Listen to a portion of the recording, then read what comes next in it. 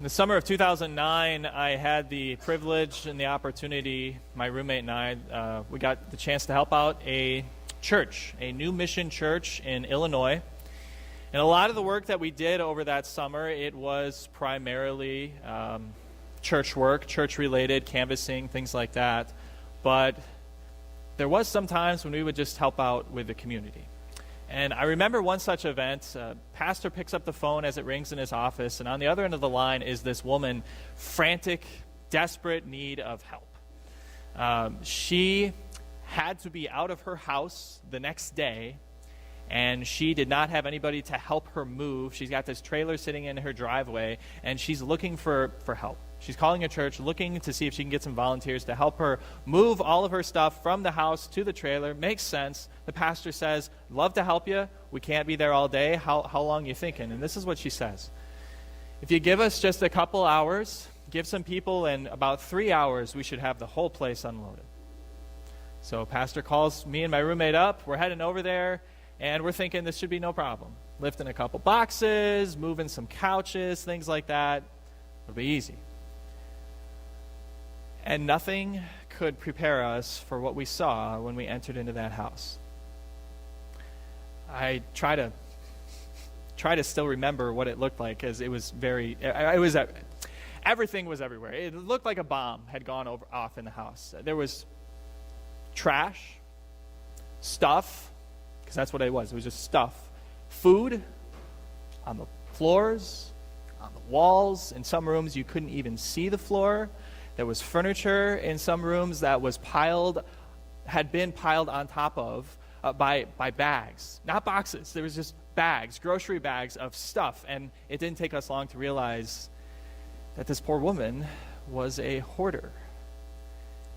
And our hearts ached for this woman, and so just got to work, We just started grabbing multiple bags at a time, bringing it outside. It was hard to tell what was trash and what wasn't trash, so we just grabbed everything outside, and after an hour, we had gotten one room done. And there was still room, some piled all the way to the ceiling of stuff. And we remembered what she said, right? Just a couple hours and we should have this whole house emptied, but we heard her, but it was hard to believe her. And after the second hour passed, we started to realize this lady, she's asking too much. She's just asking too much of us. Have you been there? Not in a hoarder's house. Have you been in a situation where you've been asked too much? And like I said in the introduction, I think you have. I think we can all think of times when maybe our parents, our bosses, our coaches, our teachers at school they asked too much. They asked way too much of us. But what do you do when the person asking too much of you is Jesus? And it seems like God is asking way too much of you. And maybe for a number of you here this morning, maybe that's where you feel you are right now. Spiritually, that's it. God is putting this thing on me. God's putting this burden on me, and he's asking too much of me. And that's why I'm really glad you're here.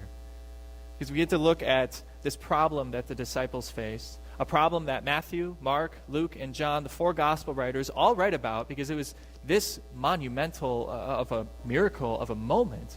But as much as we focus on the crowd, as much as we focus on the actual miracle, the benefit really is for these disciples. Showing you that no matter the size of your problem, Jesus is always going to be there. And no matter the amount of hope that you lack when you're facing that problem, Jesus is going to get you through it.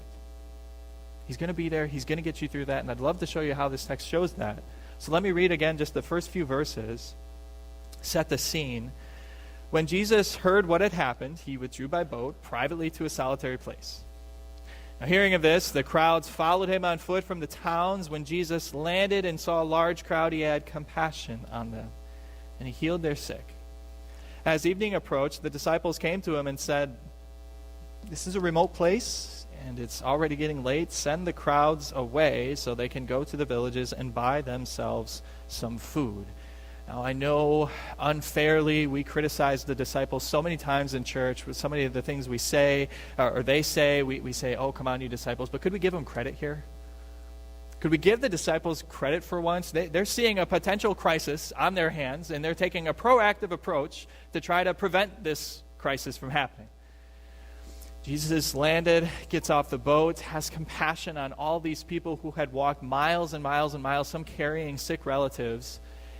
And so Jesus has them sit all down. He's teaching them. He's walking around. And 5,000 people are patiently waiting for Jesus to come to them to heal my illness, to heal my loved one's disease. And as they're waiting, as the hours tick by, the time is just slipping away from everyone, it seems, except the disciples. They're looking at the sun. Where is it in relation with the horizon? They realize it's getting late.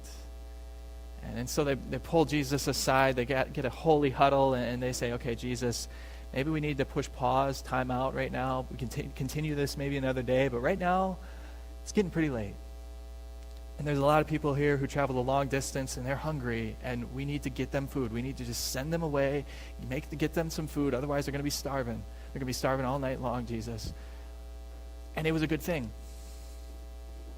Give the disciples some credit. They had the best interest for the crowds in mind. And just when you think, yeah, the disciples, they get it, they're right on board, Jesus throws a curveball, like he does so many times. He says, you. They don't need to go away. You give them something to eat. You feed them. I wonder what those disciples thought. They take inventory. 2 fish, 5 loaves of bread, over 5,000 people. They look down at the small amount of food in their hands. They look back up at the massive crowd. Okay, yeah, this isn't adding up. And you can't really blame them if they felt a little overwhelmed at that moment, because they assessed the situation. They heard what Jesus said, but they had a hard time believing that they could do it because of the facts. Fact, it was a remote place, not a lot around for food. Fact, there was just a small amount of fish in a little boy's lunchbox and small amount of bread, and that's supposed to feed 5,000 people. Fact, there's over 5,000 people here. Fact, there are some villages in walking distance that are perfectly good villages with perfectly good markets in them, and that seems like a perfectly good plan to send this crowd over to those villages, send this crowd to get them some food. And yet Jesus says, no, they don't need to go away. You give them something to eat. And the only fact was that what Jesus asked of them, it just seemed like he was asking too much. It just seemed like he was overwhelmed. Have you been there?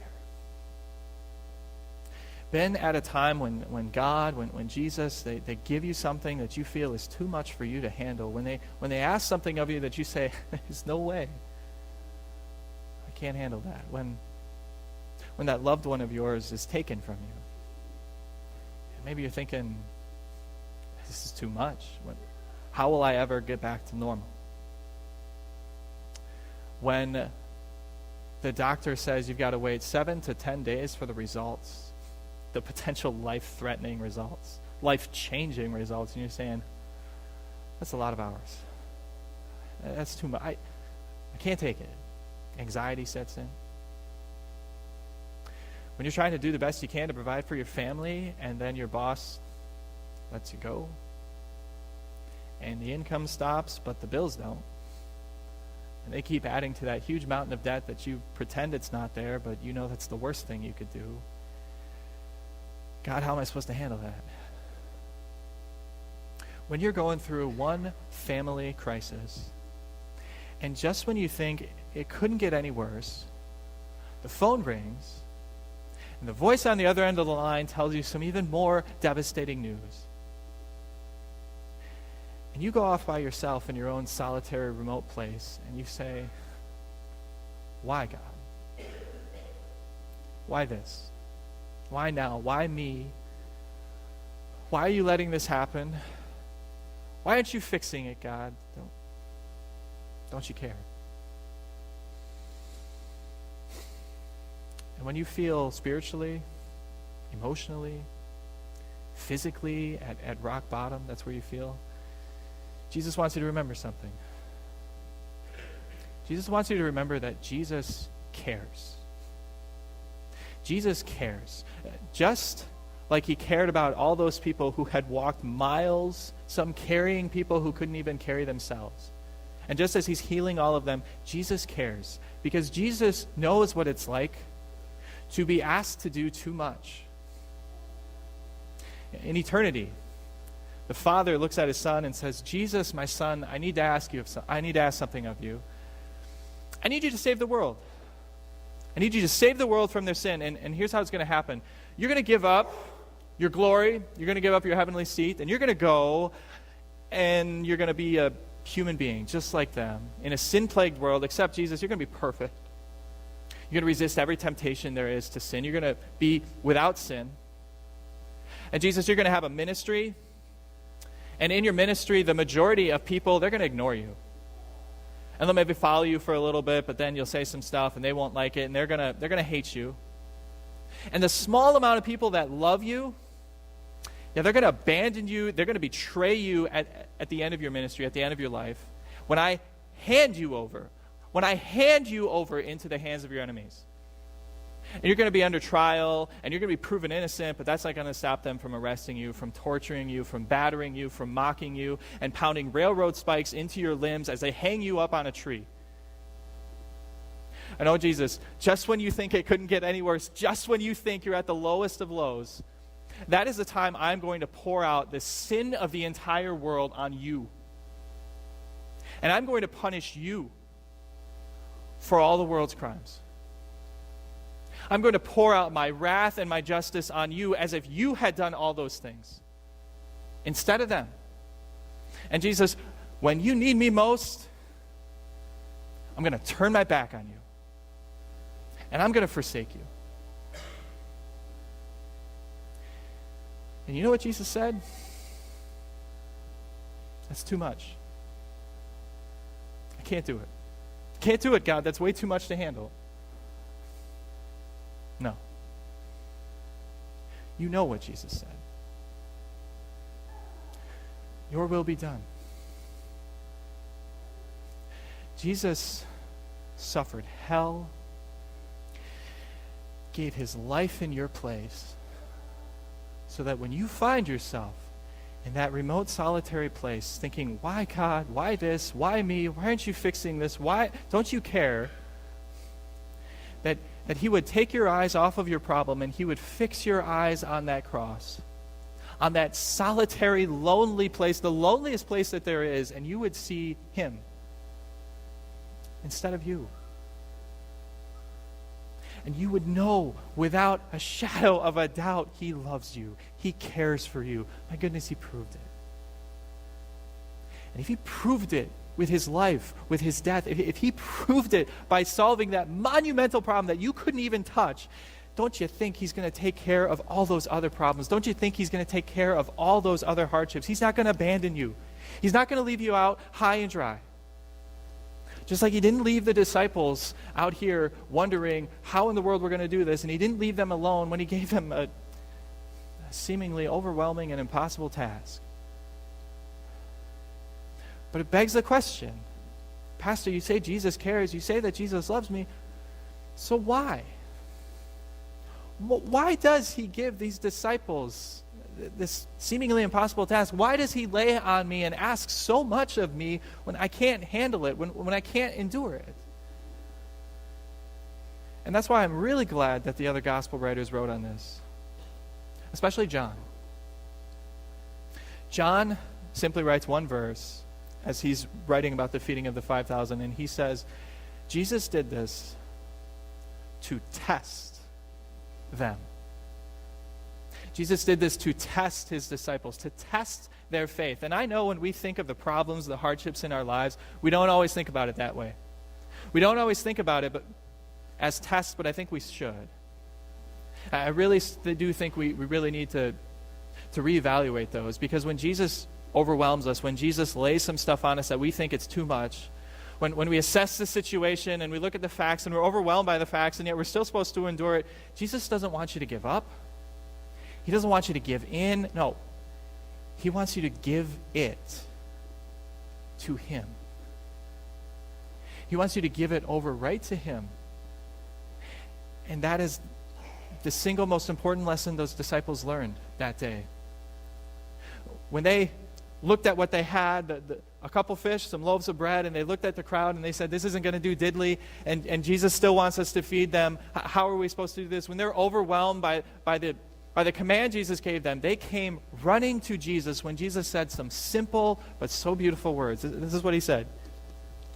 He just simply said, bring them here to me. Bring them here to me. Just bring it here. In other words, when you can't, have faith that Jesus can. Have faith that Jesus can, and have faith that Jesus will. He will bring you through it,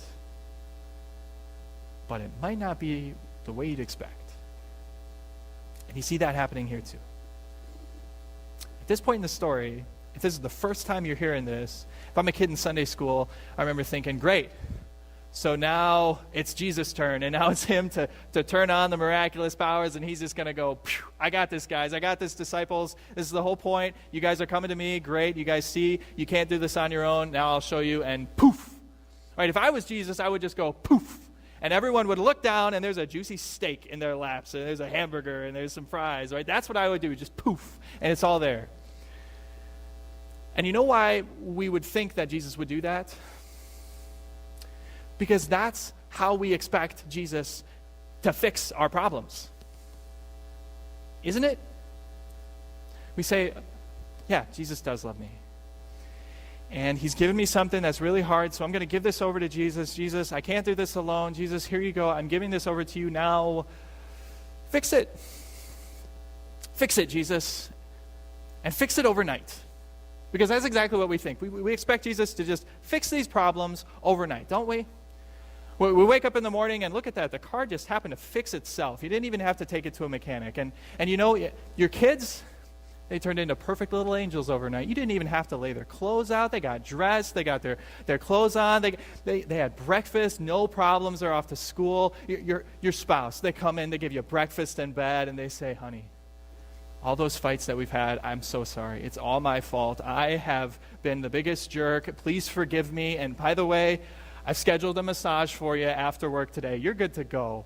And then you leave for work, and look at that.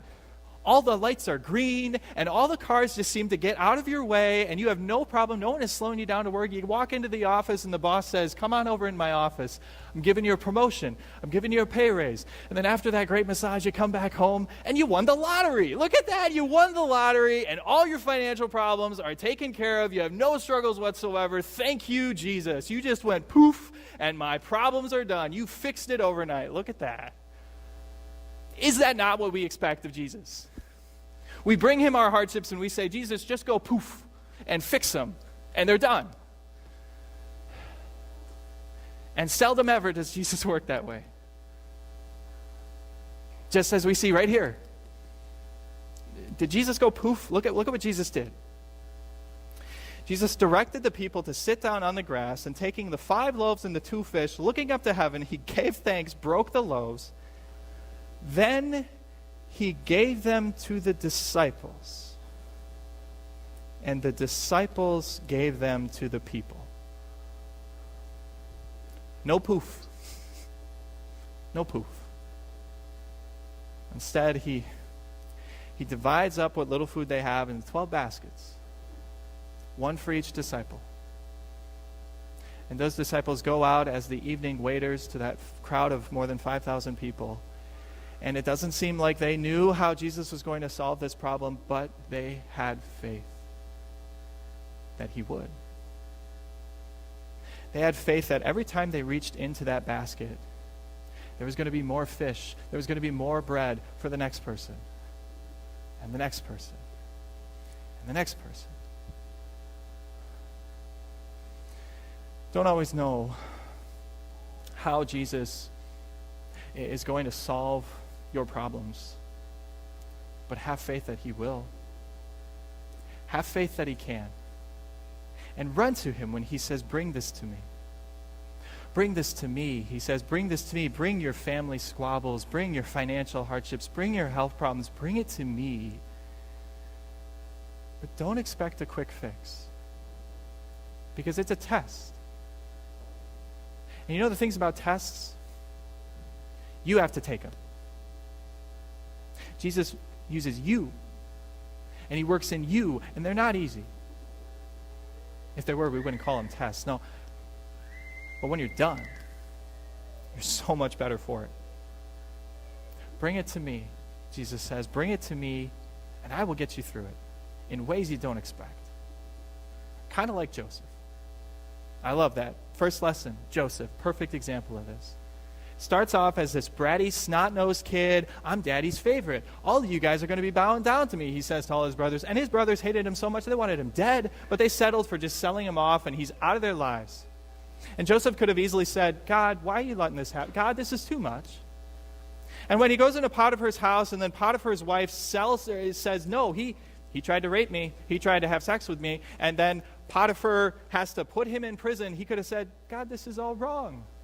God, you're giving me too much to handle. God, why are you doing this? And then God puts him second in command over all of Egypt? Are you kidding me? Who would have seen that coming? Because by the end of that story, you see a godly, mature Joseph. Totally different than the one he started with. But did that fix happen overnight? No. There were years and years and years of growing and maturing and testing, but he refined Joseph into a godly man after his heart. And he does the same thing to you too. How God is going to get you through what you're going through is as mysterious as how he multiplied that fish and loaves. But you don't need to know how. All you need to know is that Jesus cares. And that when you can't handle it, take it to him and have faith that he can. And he will bring you through it. He will. Amen.